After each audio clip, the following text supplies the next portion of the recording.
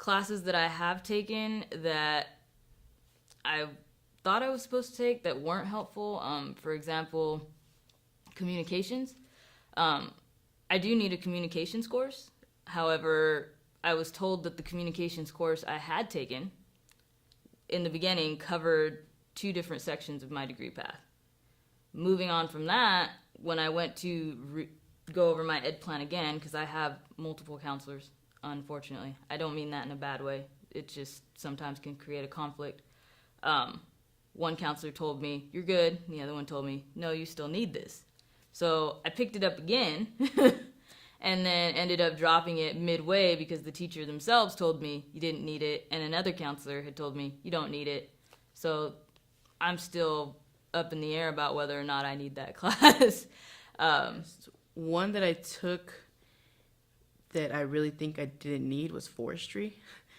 It didn't really meet any of my requirements, but I took it. Why I don't really remember. I don't really remember why. It was my first summer here at BC.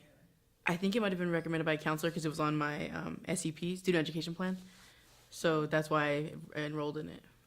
Yes, there needs to be more professors in the science classes because the classes fill up and sometimes students can't get into their classes, so they have to. They'll get a semester behind, and then, or sometimes they won't graduate on time.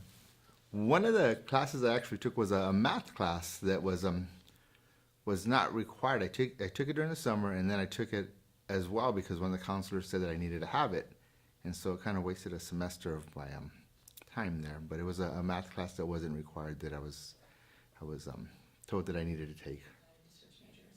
So engineering B47, again, something that I learned through the STEM program. I think the STEM program here is amazing. It's the first course that you take typically to determine if you have what it takes really to be an engineer. And if you do enjoy the class and you feel like this is still something that you want to push through with, the way the class is set up, it determines what type of engineer you are. Are you the person that designs? Are you the person that does all of the project management as far as like the Excel sheets and stuff like that? Are you the person that's hands-on? Are you the person that kind of takes the leadership role? Because we all have to be leaders, but the leadership role in order to communicate how things are going to work out and kind of have an oversight of how the whole team is working together.